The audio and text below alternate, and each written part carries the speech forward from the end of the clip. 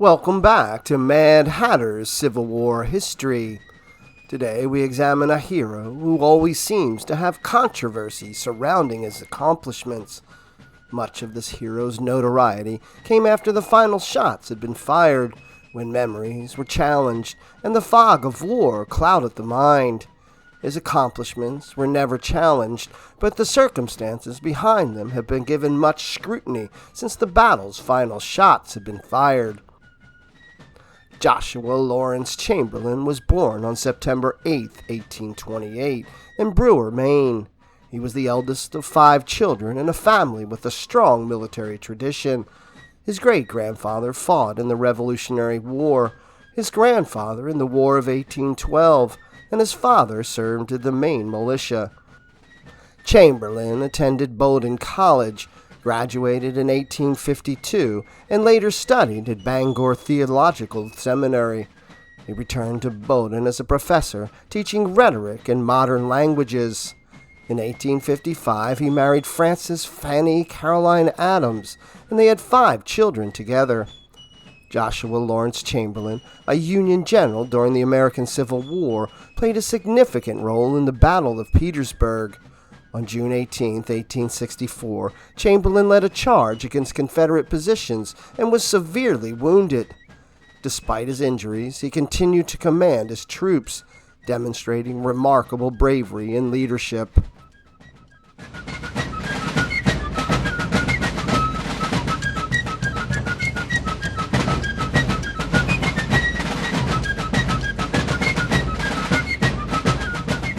June 18, 1864 was not a good day for the Army of the Potomac.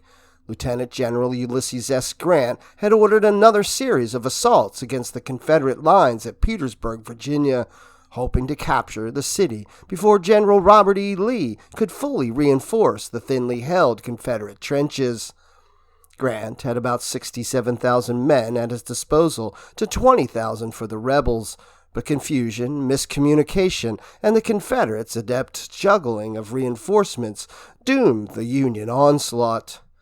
Rank after rank of blue troops faltered under withering gunfire.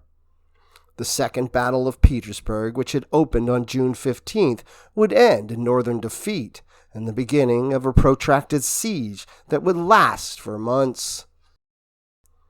Joining the June 18th attacks on the far left of the Union lines in Brigadier General Charles Griffin's 1st Division of Major General Gouverneur Warren's 5th Corps was a brigade of Pennsylvania regiments under Colonel Joshua Chamberlain.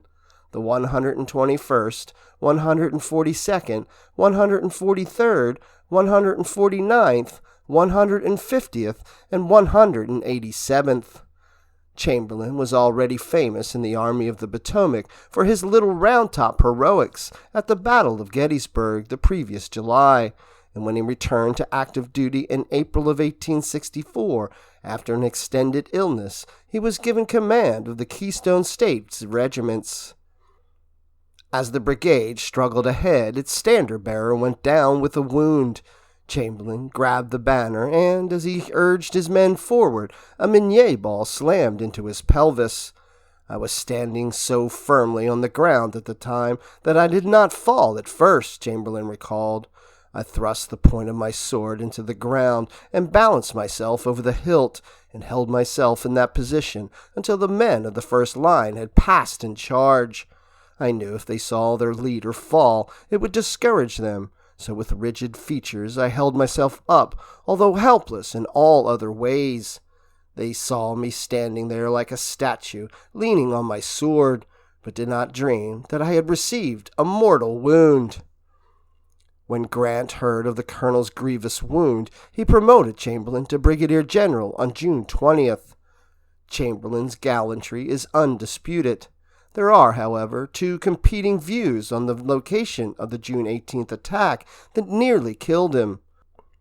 While the charge occurred near where Baxter's Road wound its way through the Confederate earthworks near Pegram's or Elliott's Salient, many histories of that day's fighting place his charge and horrible wounding farther to the south near Reeves' Salient, not far from the Jerusalem Plank Road.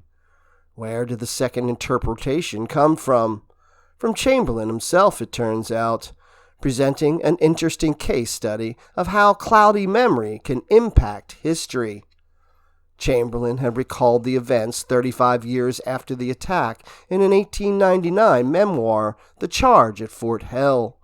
Interesting, the actual text of Chamberlin's manuscript makes no specific reference to Reeves' salient, Fort Sedgwick, or Fort Hell.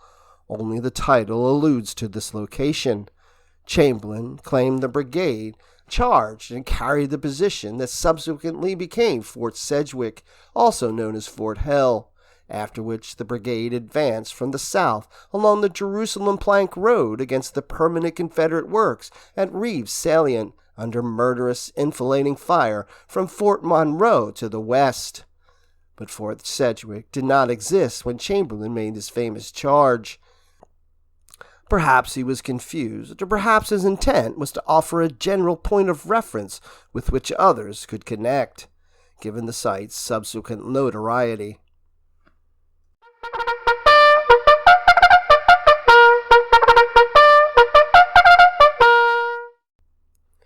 Chamberlin's other speeches and writings during the final years in his life linked his charge to Fort Hell. Then a series of Chamberlain biographies picked up on his lead, embracing the viewpoint in writings spanning more than half a century, including, but not limited to, Willard M. Wallace, Soul of the Lion, a biography of General Joshua L. Chamberlain from 1995, Alice Raines Turlock, In the Hands of Providence, Joshua L. Chamberlain and the American Civil War in 1992, Mark Nesbitt, Through Blood and Fire, Selected Civil War Papers of Major General Joshua Chamberlain from 1996, Edward G. Longacre, Joshua Chamberlain, The Soldier and the Man, 1999, and Diane M. Smith, Chamberlain at Petersburg, The Charge at Fort Hell from 2004. With the exception of Smith's book, the authors dedicated only a few pages to Chamberlain's experience at Petersburg on June 18, 1864. Smith's book is entirely devoted to the June 18th attack, and she based her book on the 1899 The Charge at Fort Hell, which had remained unpublished and largely forgotten in the Special Collections Library at Duke University until 2004. Smith's extensive annotations and the fact that it purports to present an accurate account from Chamberlain's pen gives Chamberlain at Petersburg an aura of authority that has influenced the historical record. Numerous websites, for example, promote as historical fact the idea that he was wounded near Reeves' Salient, including the National Park Service's website from Petersburg's National Battlefield, which is perplexing since other MPS documents support the Baxter Road site. Chamberlain was so badly injured that he did not leave a contemporaneous account of his movements or activities on June 18th. The only official report of the action of Chamberlain's 1st Brigade comes from Colonel William S. Tilton, who assumed command of the unit on the evening of June 18th, and Chamberlain himself did not discuss his whereabouts at Petersburg that day for nearly 2 decades. He apparently did not revisit the battlefield until January of 1882, while returning from a winter trip to Florida. He recorded his impressions in a letter to his sister, penned January 29th. In that account, he describes having spent 4 hours trying to identify the spot where he had fallen while leading his charge against the rebel works. "All is changed there now," he wrote. "What was a solid piece of woods through which I led my troops is now all cleared field. The hillside, so smooth there, is now grown up with little clumps of trees." At last, guided by the Norfolk and Petersburg Railroad cut, the well-remembered direction of the church spires of the city, I found the spot, or a space 20 to 30 feet within which I must have fallen. I looked down and saw a bullet, and while stooping to pick it up, another and another appeared in sight. I took up 6 within as many feet of each other, and all the spot where I fell. Because of his unfamiliarity with features of the topography, Chamberlain resorted to using the railroad cut and Petersburg church spires to lead him to the spot where he had fallen. But the steeples are perhaps 2 miles from Chamberlain's supposed Reeves salient attack position, and 1.5 miles from the Baxter Road position. The similarity of perspective between the two sites, which are both southeast of the town, makes it difficult to fathom how he could achieve accuracy in pinpointing a precise location based on the distant landmarks. In September 1900, Chamberlain was featured in an article in a local Maine newspaper, the Lewiston Evening Journal. In it, Chamberlain provides the most detailed recounting of the events that had transpired 36 years earlier. It is important to reproduce it nearly in its entirety in order to fully understand this critical event and his memory of it. During that summer, I had been assigned to a splendid brigade of 6 regiments, and on the morning of the 18th, I charged with this force and carried the enemy's advanced position in front of Petersburg, known as Fort Hell. There I had 3 batteries sent to me to hold my position, which was in close proximity to Reeves' salient, so called, was the enemy's main entrenched line. With this force, I was more than 1 mile in advance of our army on the extreme right. At this moment, an aide dashed up and gave me a verbal order from the commanding general to charge and carry the enemy's main works in my front. To say that I was astonished would be putting it mildly. I couldn't believe it possible that they meant for me to do this with only 1 brigade. I immediately drew my notebook and wrote a letter to the commanding general, stating the situation and asking if there was a mistake in the order to charge. I gave this note to the aide and told him to carry it to General Grant at once, which he did.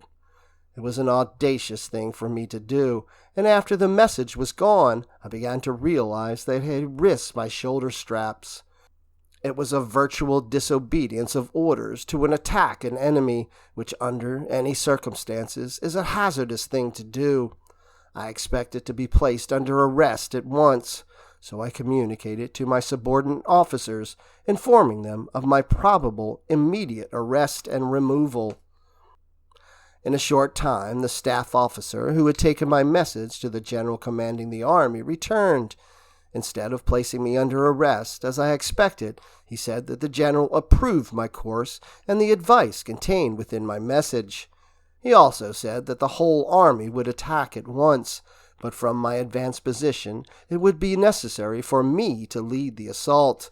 He asked when I would be able to attack, and I replied, at 1 o'clock.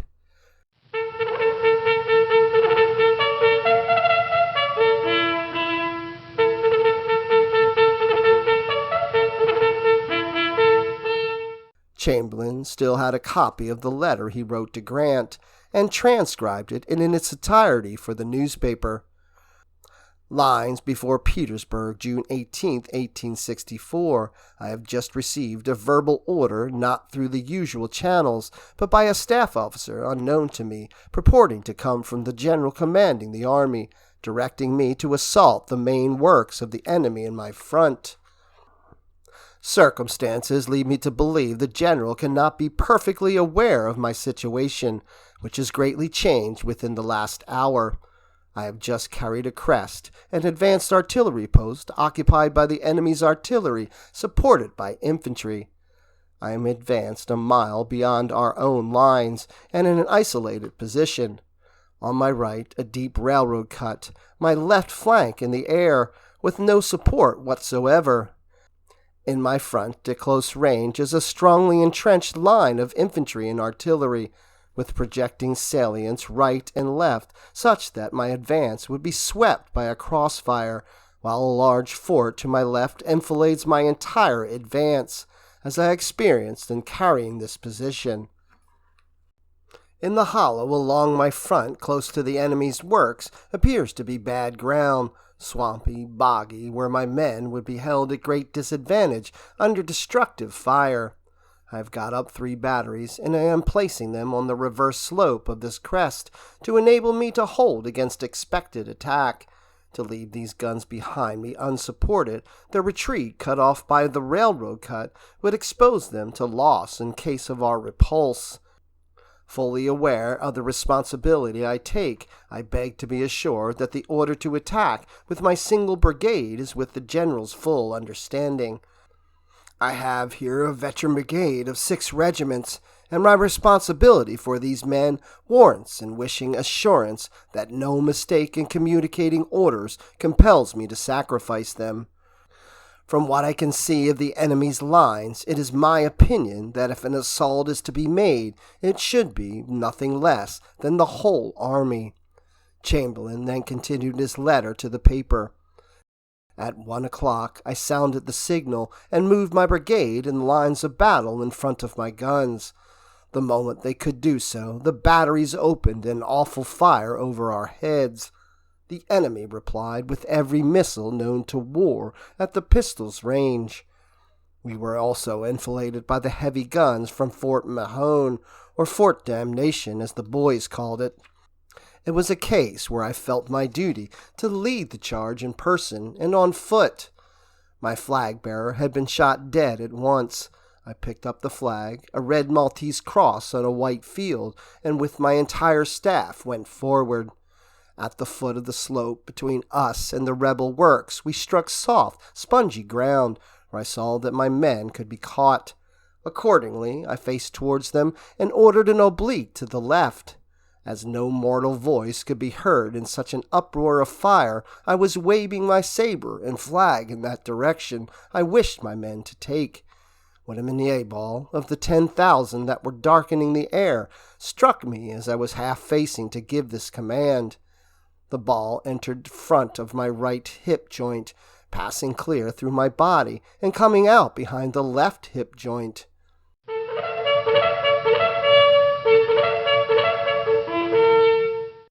In October 1903, shortly after a second visit to Petersburg, Chamberlain presented a paper before the Commandery of the State of Maine, Military Order of the Loyal Legion of the United States, titled Reminiscence of Petersburg and Appomattox. In it, he recounted the impressions made upon me by a recent visit to Petersburg and Appomattox Courthouse, Virginia, the first and last battlefields of the final campaign of the Army of the Potomac and the Army of Northern Virginia. Chamberlain readily admitted that he had not had the opportunity to revisit the site of his near-mortal wounding in the years immediately following the battle. In fact, he viewed this lack of opportunity in a positive light. The intervening 39 years, he thought, was time enough to cool one's blood so as to gather the various data for mature judgment, more reliable perhaps than confused recollections of personal experience. His recollections do seem reliable regarding the directions of his movements and the substance of his conversations with other officers, but his grasp of the larger context of the fighting is lacking. The 5th Corps arrived at Petersburg less than 24 hours prior to its engagement there. The morning of the 18th found Chamberlain's brigade advancing against a newly entrenched opponent on the high ground east of the city. Within a matter of just a few hours, the stricken colonel was being evacuated from the field in shock. He was then absent from the Army of the Potomac for 5 months. Chamberlain, understandably, may not have possessed an accurate grasp of precisely where he was on June 18th, or of who he was opposing. Having learned in retrospect that Griffin's division had initiated the construction of Fort Sedgwick, and knowing that he was in a fierce fight in the vicinity, Chamberlain may have assumed that he was part of the assault that took and fortified the ground that became famous throughout the siege as the hottest point of contact of the hostile lines. In his later years, Chamberlain seemed to have been driven to flesh out the larger context of the fateful engagement. He may not, however, have been terribly thorough in his preparation. There is no reference to the official reports of his own army or those of his Confederate foes.